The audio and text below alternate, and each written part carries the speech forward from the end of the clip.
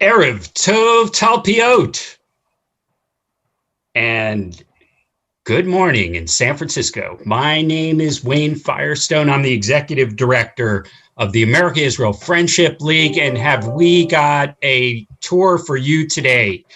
We know that many of you haven't been able to jump on a plane yet and go visit Jerusalem, and some of you have not yet figured out how to time travel. We've got all that and more for you today in this incredible episode where we're going to combine technology and touring in a unique way at one of the most iconic spots that you could possibly visit.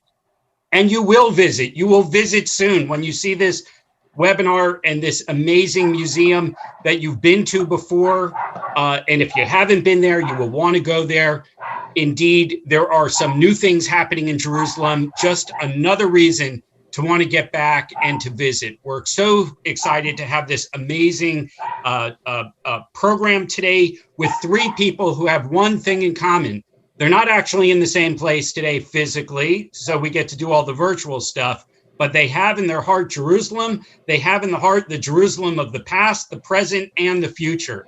Indeed, we have Eilat Lieber, the director and chief curator of the Tower of David Museum. It is a jewel, and wait till you see how they're shining this jewel. We have Dr. Eilat Gott, who defines himself today as a tour guide. Look at that hat he's wearing. He looks like a legit tour guide, but he's one of the few tour guides that also has a PhD from Hebrew University in brain science, and also was a senior vice president at Mobileye. We'll hear about how he made that transition and how he brings together those two worlds. And Yotam Sagi Cohen, another person with a great love for Jerusalem. If you love Jerusalem, what is there to do? You're an architect, because you can build things among the builders of the past, present, and future. And so indeed, Yotam is going to share with us from an architectural perspective what is happening at this amazing museum. He is a partner at Kimmel and Eshkolot, and we will hear about this particular project today. This is going to be very visual, ladies and gentlemen. So let's begin with Dr. Gott and that wonderful hat. Tell us how you sort of got into being a tour guide and how this project became such a passion for you. Okay, so thank you for the opportunity. As you correctly mentioned, I had a career of more than 30 years in Israel's high-tech industry. And 3 years ago, I decided to fulfill a long-held dream and become a tour guide. And what I try to do is to combine my knowledge of Israel's history, archaeology, and geology with my comprehensive familiarity with cutting-edge technologies. Now, virtual tours are of special value these days for participants who cannot attend on-site tour, as was the case over the past year and a half. While virtual tours should not completely replace on-site regular tours, they have their own unique advantages. These two provides a bird's eye view, allow you to move quickly from one place to the other, and enable a peek inside places close to the general public, to mention just a few advantages. I imagine, therefore, that in the near future, virtual tours may be used as an add-on. For example, one can take a virtual tour before coming to Israel to gain some familiarity with the geography and history of various sites before arriving in person to see the wonders of Jerusalem. Now, if that's okay with you, I'd be glad to move on now and start sharing and show you the tools that I've been using in order to have this virtual tour. Okay? Yes, please do. Okay, so I hope that you're all able to see my screen at the moment, because I thought that the best way to understand what are we talking about is to see where it all began and to start with the big picture. From high above in space, you can see the land of Israel over here. Let me, by the way, emphasize it with a bit of a spotlight here. I hope that you can see that in a bit clearer way now. And you can see that it's the meeting place of Asia, Africa, and Europe. And now we're going to make our way down towards Jerusalem. We see Mediterranean to our left, the Dead Sea to our right, And on the central mountain ridge of Israel, the Judean mountains, you will find Jerusalem. Today, it is the largest city in Israel, both in terms of population and of municipal area. Looking carefully at the city over here, you see a black rectangular area. This is the old city of Jerusalem, less than 1% of the city today. Still, the story of Jerusalem for most of the recent 4,000 years was contained within this area of only 1 square kilometer. So let's remove current Jerusalem and actually go for the ancient one, which is what the Google Earth tool would be doing for us now. And you are able to see that the Jerusalem landscape is basically controlled by two hills, the western one and the eastern. The Canaanites built their city here more than 4,000 years ago, and it has to do with the fact that here there was a constant source of water. And these riverbeds also protect Jerusalem for potential enemies. Let me highlight them in a bit somewhat clear way. This is one riverbed here and another one here. As the city grew, it started climbing up the mountain, and this is where 3,000 years ago, after David had conquered the city, the temple, the area of the Temple Mount was added, and somewhat later, the western hill here was also added to the city. And the important thing here is that on this side of the western hill, you would see the meeting place of two riverbeds. One is this one here, and the other one is the riverbed going on over here. So at the crossing of these two riverbeds, you will find today the citadel known as the Tower of David Museum, just right here. And you can look at the strategic location of the spot. From here, you can have a look over all the entire ancient city. And fortification built here would tower above any enemy attempting to capture Jerusalem. By the way, from this point, you can also have a look far ahead and see the Dead Sea, where I'm currently pointing. But let's ignore that for a moment. And now that you are familiar with the topography of the area, I think you will be able to appreciate the strategic advantage of the Tower of David in the following view. And I hope that you are now able to see the Tower of David from a different angle. You are now sort of hovering above the Tower of David. Please notice the red marker over the Tower of David itself. This will be our sign from now on. Have a look and see what's below us. Here is Jaffa Gate, which is the main entrance. In a second, you'll be able to see it while the map is moving. Just a sec. Okay, so here is Jaffa Gate, which is the main entrance to the old city. You can easily see that whoever controlled the tower also overlooked the gate and can determine who will enter the city and who will stay out. From here, you can also have a look at the holy sites of Jerusalem. For example, the Holy Sepulchre with the two domes will be in a second clear to you, and you will see that it's really close by to the Tower of David. I'm currently pointing in it, and that's the Holy Sepulchre. And the golden dome that you will see in a second here at the bottom part of the screen is the Dome of the Rock on Temple Mount. And below it, over here, you see the Western Wall, known also in its Hebrew name, the Kotel. The tool that I'm currently using was developed by a high-tech Israeli company called Simplex Mapping. It was intended for architects and city planner, but as you can see, a guided tool can benefit from an accurate 3D interactive view of Jerusalem. Let me take you back now to the Tower of David over here, and you can see that from the strategic location of it, you can actually see and control all the old city of Jerusalem. And it is clear, therefore, that an army that controls this place actually controls the entire old city. See how close everything is. Just a few hundred meters to all of these holy sites, which are sacred to so many people around the world, Jews, Christians, and Muslims. Now try to imagine during the history of Jerusalem, the armies that were standing and trying to conquer Jerusalem. For example, the Assyrians at the 8th century were starting somewhere here trying to attack Jerusalem. The same goes for the Greek at the 2nd century BC, the Romans in the 1st century, and the Crusaders in the 11th century.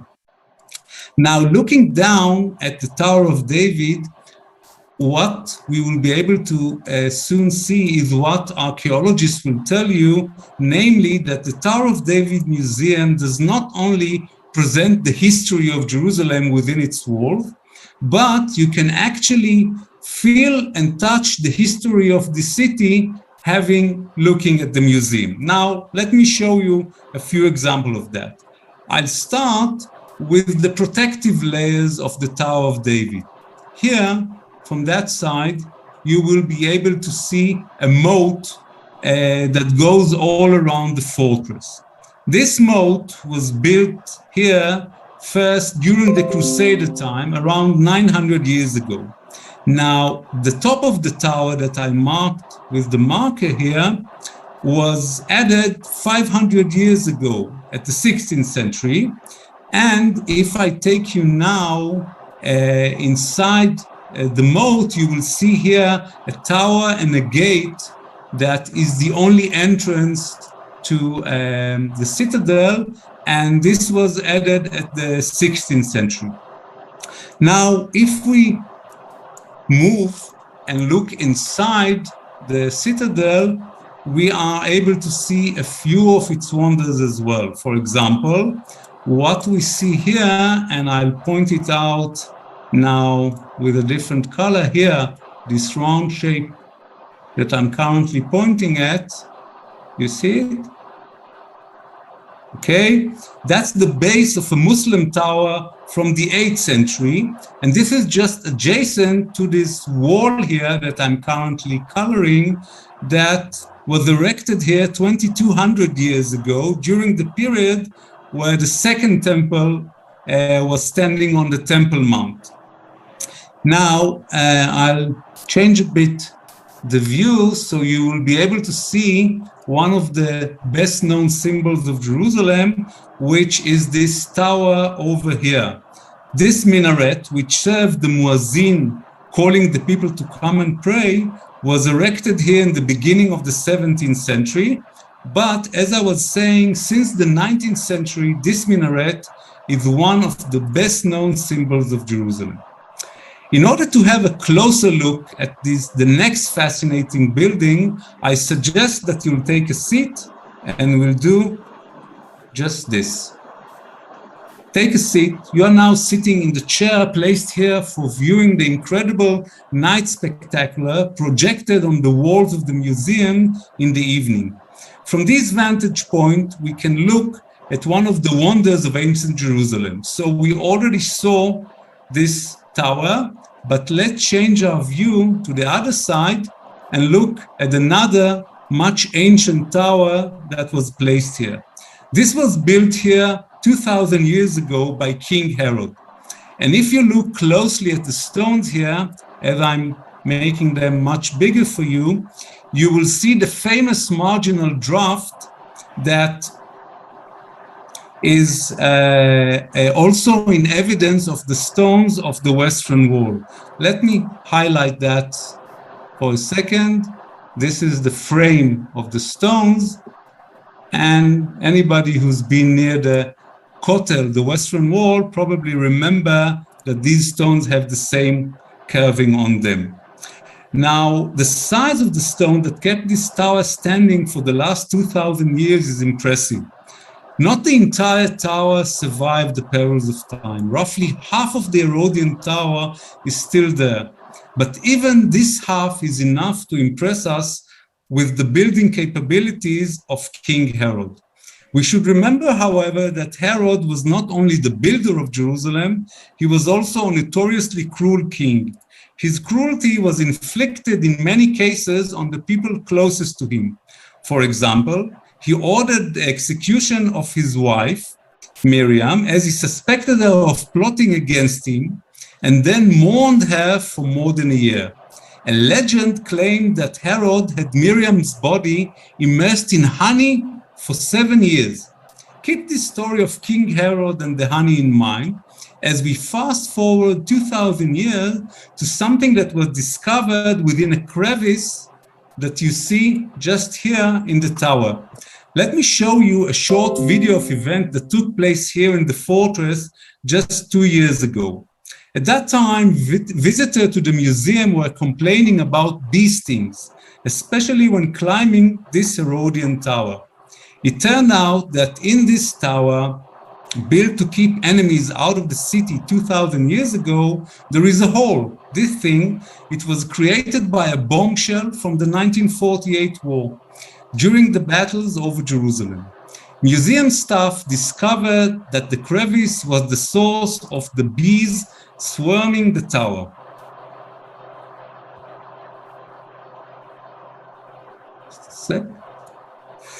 A volunteer organization called Bee Red Cross was called to help remove the bees. You can see them here putting on protective gear and preparing for the descent. They had to rappel from the Herodian tower in order to get to the beehive, to have a look inside. Here is Gal rappelling down to the hole. In a second, you will be able to see the Herodian tower as was visible from us from the seats. And here, in a second, you will see what they found within the crevice.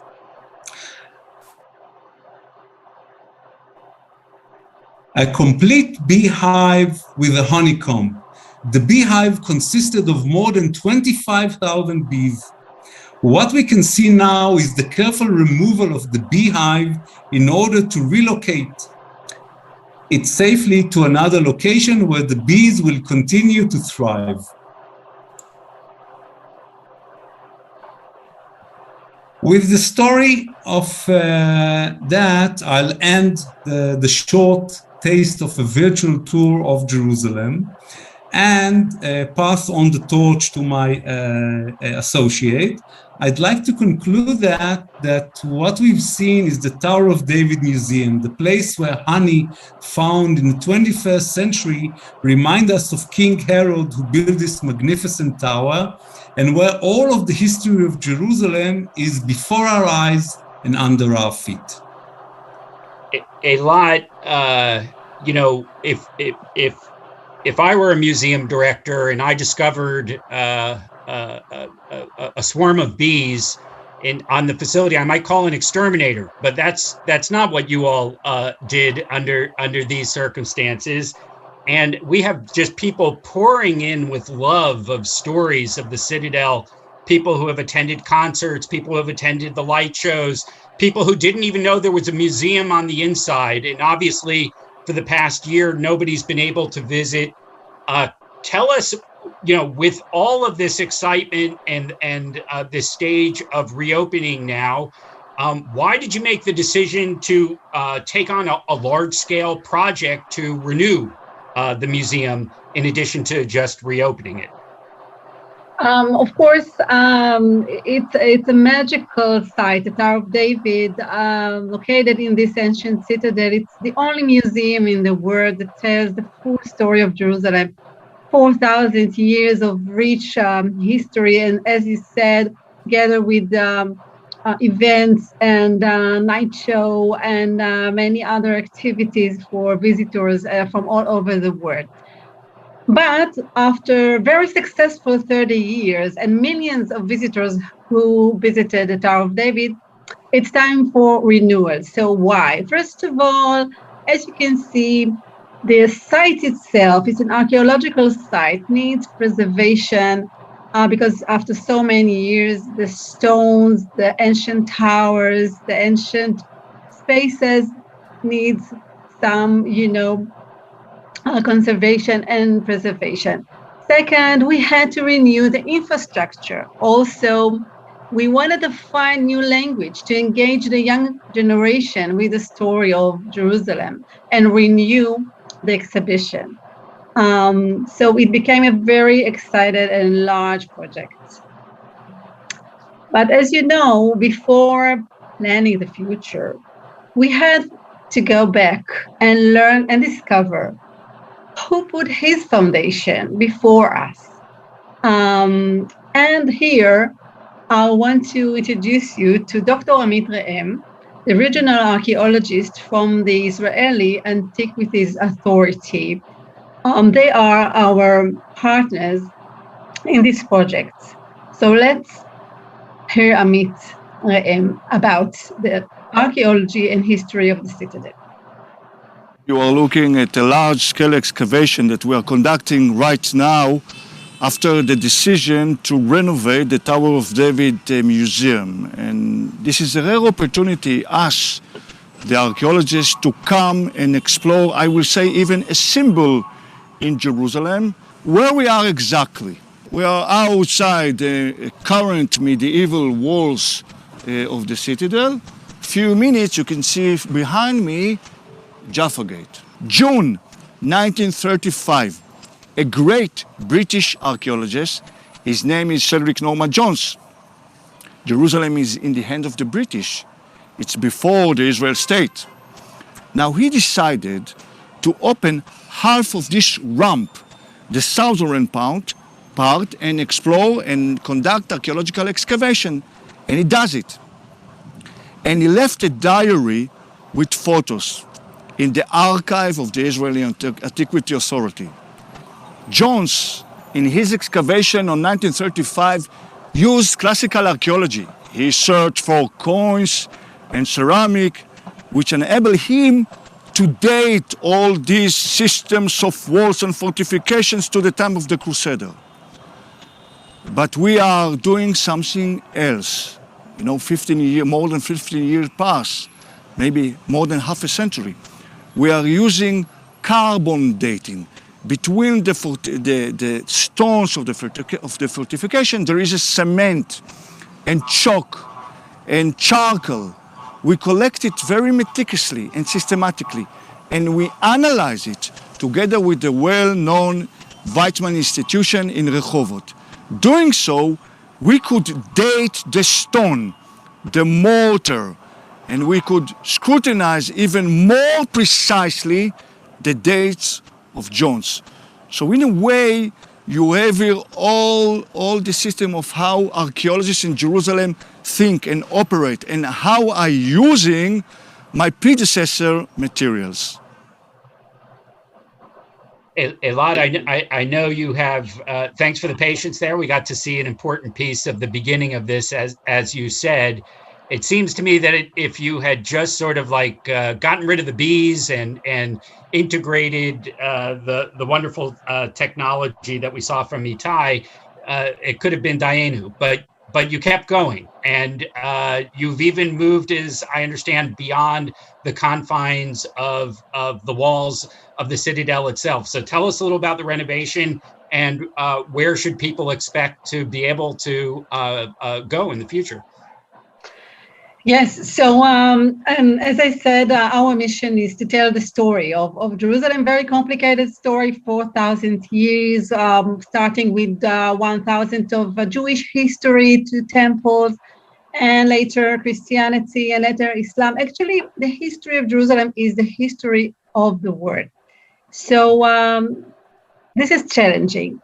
And we wanted to use the best technology of our time, together with original artifacts, models, illustration, maps. We need to transform this ancient citadel into a modern museum. So how do we do it? It's complicated because the preservation issues are heavy and complicated, but we can work together with the most I think, update experts in Israel to solve these issues. And I want to take you behind the scenes of this project, and you will be able to see how actually, on one hand, we will keep the beauty of the ancient spaces. On the other hand, we will be able to launch an update museum next summer. Let's see it. New entrance pavilion, designed by the award-winning architectural firm Kimmel Eshkolot, is a sunken two-story glass-enclosed building that blends seamlessly into the historic architecture of the Tower of David. It will include a new visitor center and ticketing office, and a contemporary exhibition gallery, the only contemporary gallery in the Old City area.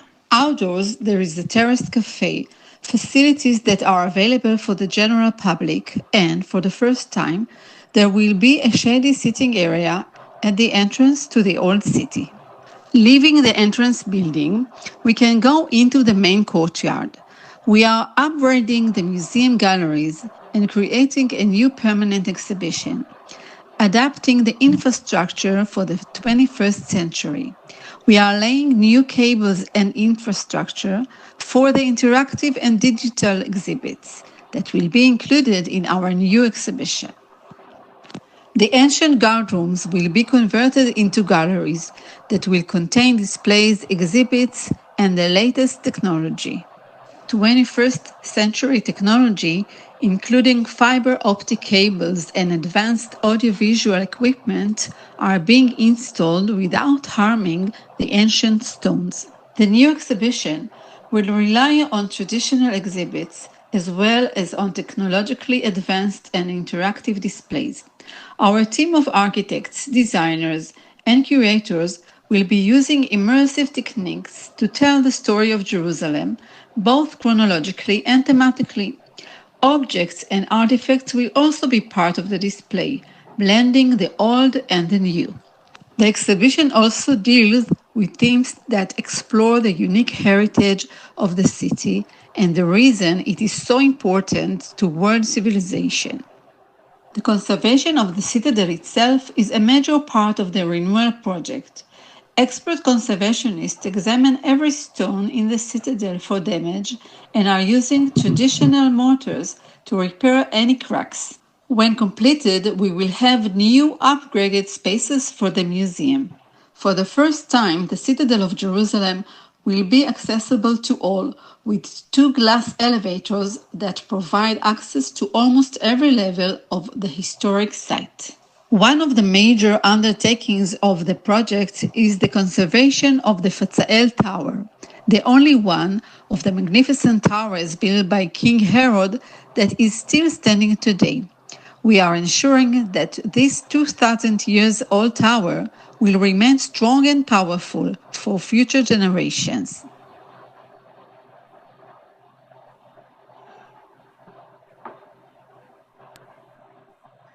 So now we can tell you more about our next project, because it's not just the citadel and the museum and our entrance pavilion. Behind the Tower of David, there's a secret, and actually it's an ancient building from the Ottoman period called the Kishle. But from archaeological point of view, it's the same site. And you probably remember what Dr. Itai Gatz told you about King Herod, who built the Fatzael Tower, the highest tower of the citadel. So King Herod actually built his palace right here, again, to protect the city. For many years, archaeologists asked the question, so where is the rest of the palace? So we are planning now our new wing of the museum right inside the Kishle Ottoman building. And archaeologists already found the secrets of King Herod right there. So let's see it.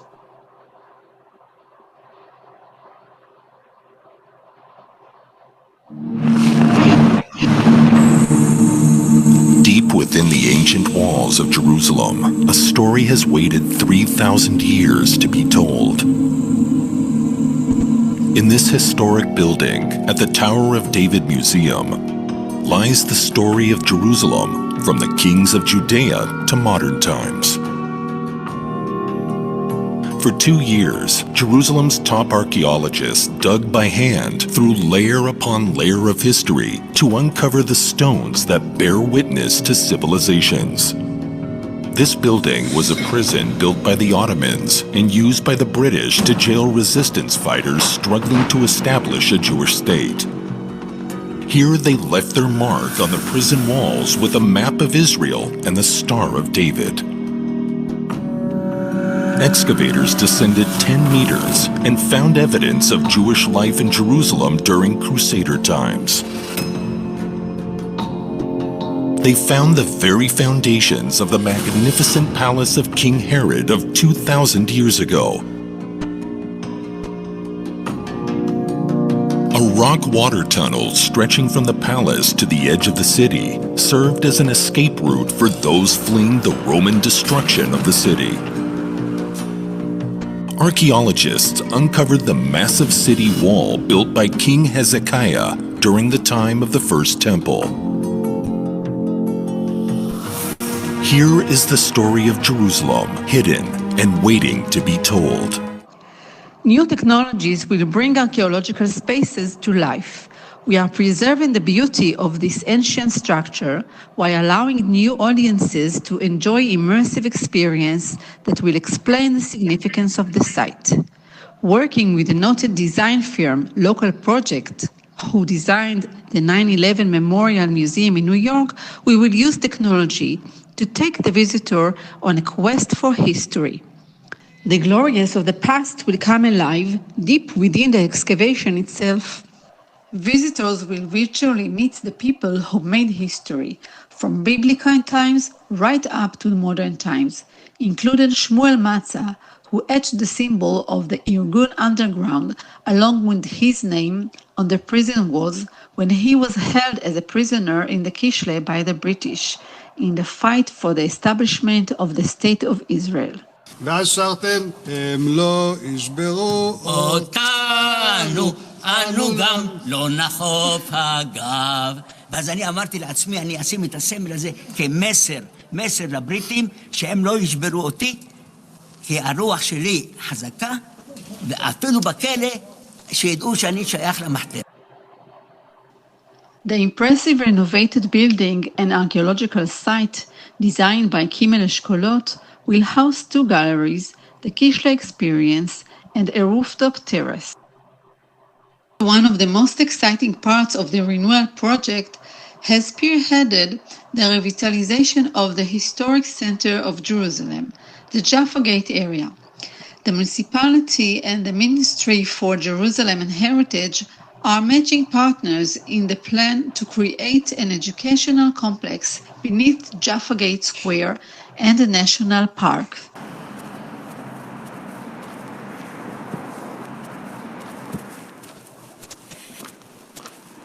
We're standing underneath the main road that connects the city center of Jerusalem with the southern neighborhoods. This road was built around 20 years ago. It was hanged on pillars just above this magnificent space, a space which is full of rich archaeological and historical stories, aging from the Roman era to the Byzantine era. Just at the back, we have the Byzantine bathhouse, which has a very, very impressive remaining walls. Just at the bottom, going very deep down under the road, there are remains of a Byzantine commercial street, a street that used to be one of the entrances to the Roman city. These large pillars which supports the road above us actually created a huge space that we can use, such as education wing for the museum, a big auditorium which will have a beautiful view of the old city of Jerusalem. So this gap actually between the road and the old walls which was neglected. It is a part of the national park which surrounds the old city. And this project will actually revive this space as a very welcoming public space, public open space. Visitors will be able to enter the old city through this new complex. On the bigger scale, one of the main goals of this project is to connect the entrance of Jaffa Gate with Teddy Park, which is just to the west-south of the old city, and actually enabling a new accessible way for tourists which will come through the park, through the excavated Byzantine street, the Byzantine bath, the new hall of Tower of David, and then up through a new elevator to Jaffa Gate and to the old city. There is no other project like this, I think. It's a once of a lifetime opportunity for an architect to be involved in such an environment. It has an enormous potential of actually changing the city. This project requires a lot of creativity, but I think that above all, a lot of sensitivity. And of course that I feel overwhelmed every time I'm here. And it's a big opportunity for me to be part of this team, and which hopefully will have this impact of the new entrance to the old city.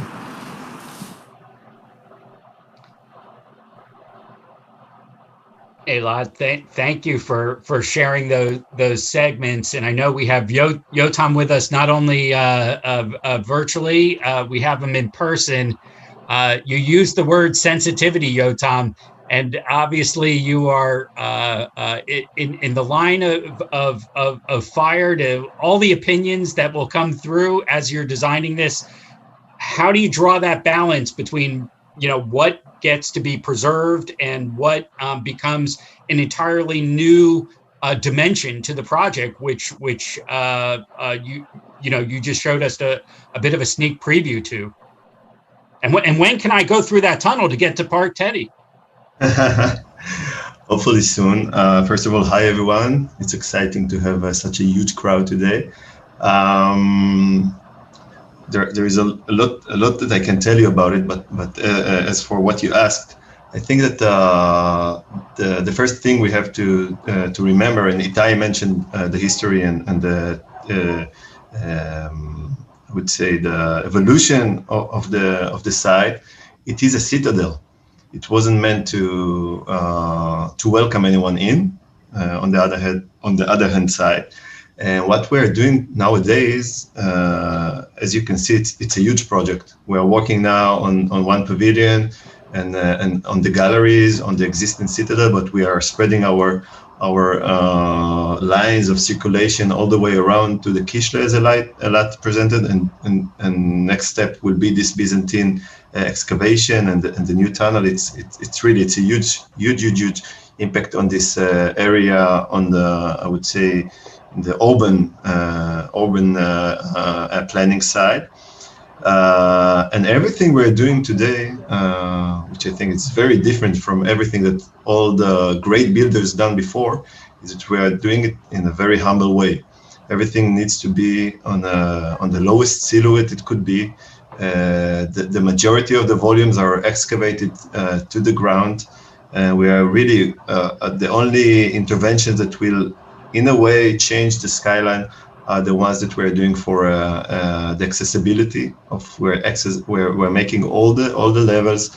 We have it's a huge climb from the bottom temporary exhibition that Eilat showed you to the top of Hatzael Tower. It's around 40 meters. And we're making all these spaces accessible, which is a huge achievement. You asked about the pressures. So it's the first time that I experienced situations that I need to go to the regional. There are a few levels of committees, of planning committees. We had to go to the regional committee and to persuade everybody that we, in a way, we are harming a few stones in order to make a huge impact. It's been, I think now 6 or 7 years long journey, and nowadays it's really exciting to see everything just coming up to life. I just came back from a very long day at the site. I would like also to take you inside the planning procedure, and maybe show you some of the great tools that we have today. So I will share my screen. Hopefully after Itai's part, which was fascinating, you would in a way understand this space. So what we're seeing here is a sort of a Röntgen image of the different layers, all layers of the citadel today. Maybe you can recognize the towers on the four sides of the citadel. This is Jaffa Gate. You can see the moat around with the taxi station. Maybe some of you used it. And you can see here the what we call Gan David, where the entrance pavilion is going to be built. Now, actually, it's not a still image. It was made by close to 1,500 different scanning points. Each one is symboled here by this triangle, and I will take you to one of them. So actually, I can sit at my office anywhere in the world, or only in Tel Aviv, which is 40 minutes away from the citadel, and I have everything.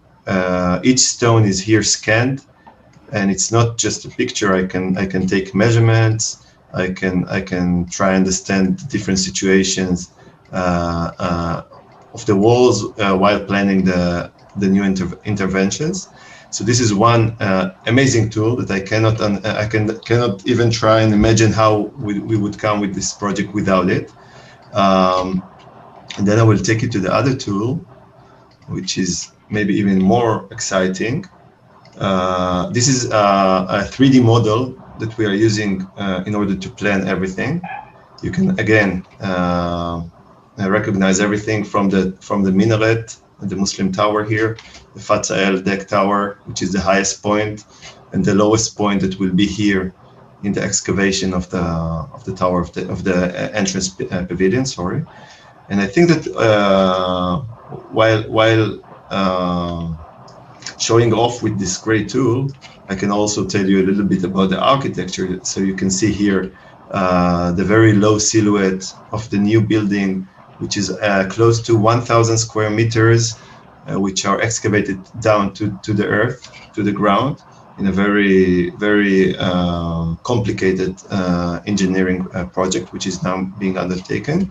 And you can see that if I'm staring at the citadel from outside of the citadel, actually, it is not seen. And this was one of the main points that we had to stick to. I can also show you how we use this. We don't see the model. Ah, you don't see the model? No. Oh, sorry. So you missed a lot. I will stop share and share again.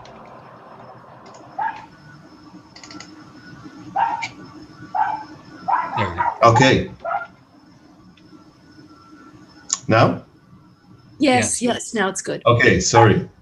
So I'll go through everything very quickly. So this is the 3D model with the minaret, Fatsael deck tower, Jaffa Gate entrance, the new entrance that we are now building, the new pavilion, which will be a sort of a landscaping which hides 1,000 square meters of excavated volumes and spaces.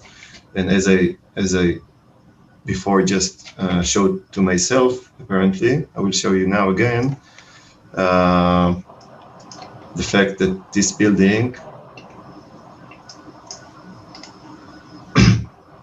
is totally unseen from the outer areas of the citadel. We have nowadays very progressed rendering tools that we can actually in real time like this render the image and understand the design. I can show you here the area which has quite big interference or new objects for the accessibility. You can see we had very long discussions what will be the right place to put this interference, I will call, and we came up with this very, very light, very, very light glass box, as you can see here. We had, I think, about 15 or 20 different alternatives for this, and I can show you. For instance, we have looking at the other elevator, which is very hidden in the inner courtyard of the citadel. It is almost unseen, but we have a few places that it's more seen from. So we can analyze the views and understand the right height and the right use of materials. And we can also use this model, and maybe this will be the final part of it, in order to check the climate effect. You can maybe see here, while I'm moving the sun, we can check what's the amount of shade and direct sun. As you know, in Jerusalem, it's very, very strong during the summer, and using a lot of glass can be very not efficient energy-wise. So it goes on and on. Wayne, should I go on? I have a few more pictures that I can show.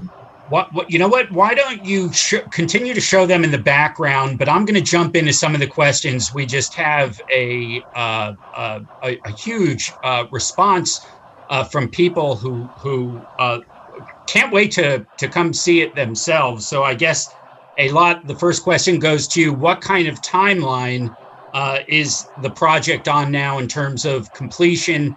Are there elements? I've seen some chat about specific programs even going on tonight that people are able to see. What can a visitor expect? Well, first of all, you probably should know that the museum is open for visitors, even right now during the conservation. And more than that, we invite people to see what's going on and to be part of this exciting moment. We opened also a musical exhibition about the Banai family, still running till the end of July.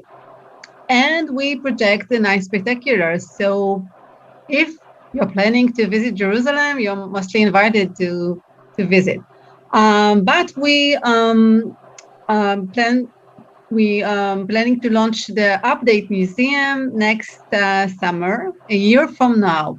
The main exhibition will be open, the entrance pavilion, and the third and fourth projects, the Kishle and the Byzantine area, actually will took probably 2 or 3 years from now, because it's just on the planning stage.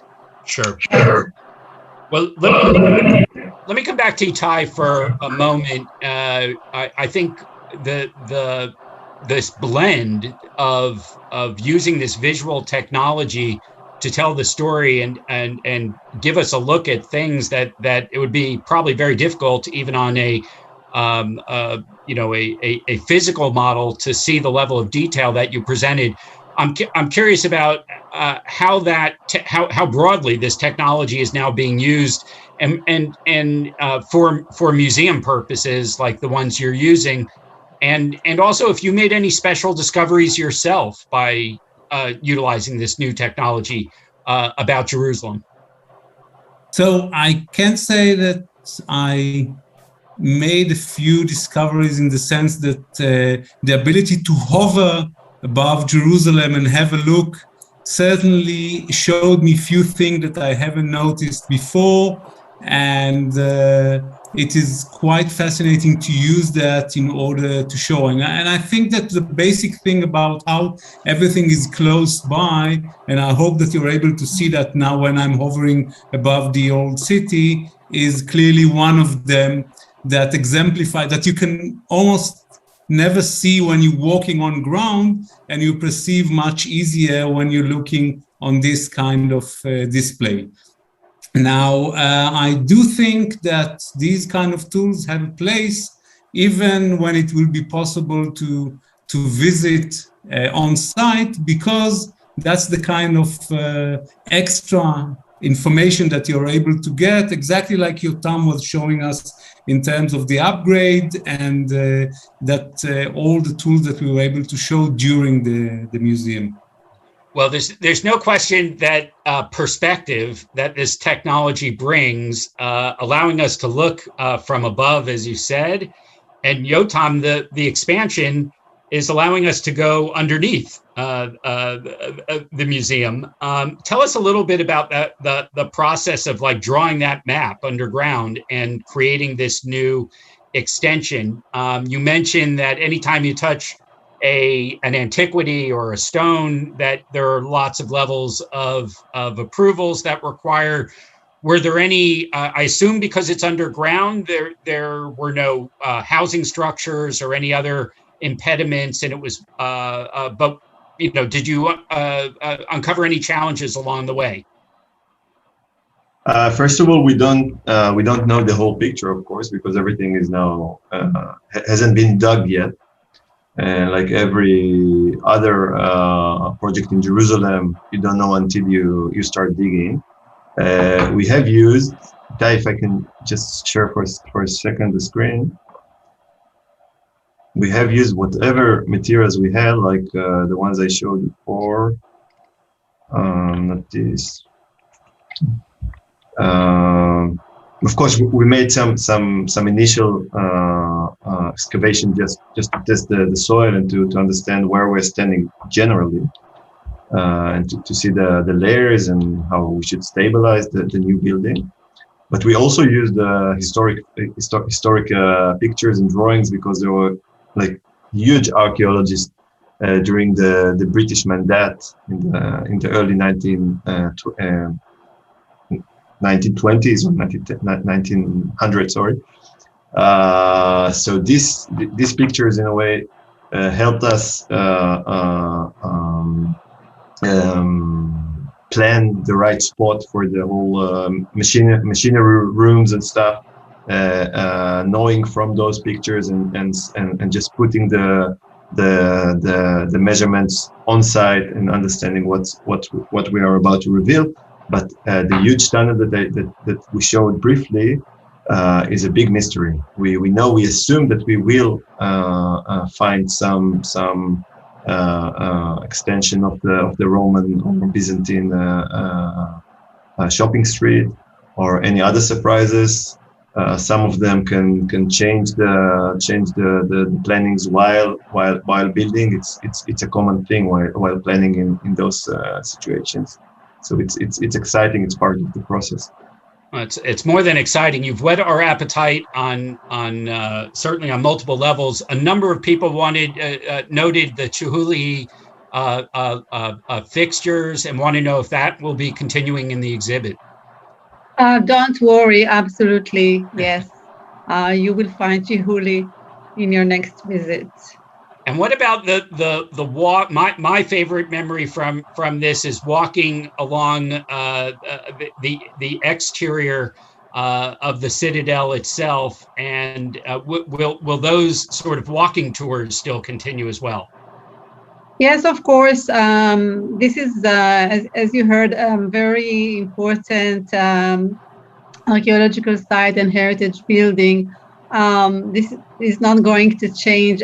Only the inside, the guard rooms, you will find our new exhibition. As Yotam explained, we'll improve accessibility with the elevators. We will add more information, more equipment to tell the story. But our big challenge is to keep the beauty of the ancient site and spaces for the future. Well, I just want to say that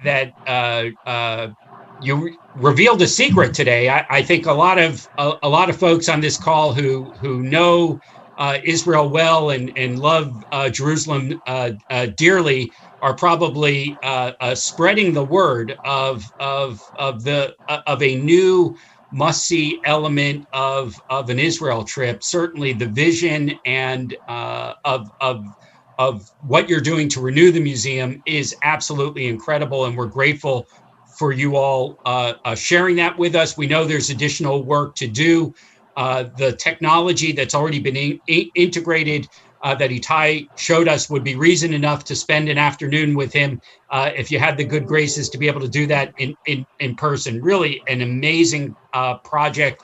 Then thanks so much for sharing with all of our viewers here today. We want to thank Eilat, Yotam, Itai, and Rose and Caroline behind the scenes who helped bring this vision together. And we're looking forward to seeing the light shows. We're looking forward to walking the walls again. And we're looking forward now to going underground and imagining a piece of this history that we still don't quite know what we're going to find once we actually go to there. But that's, again, one of the metaphors, I guess, of Jerusalem and its many layers of history.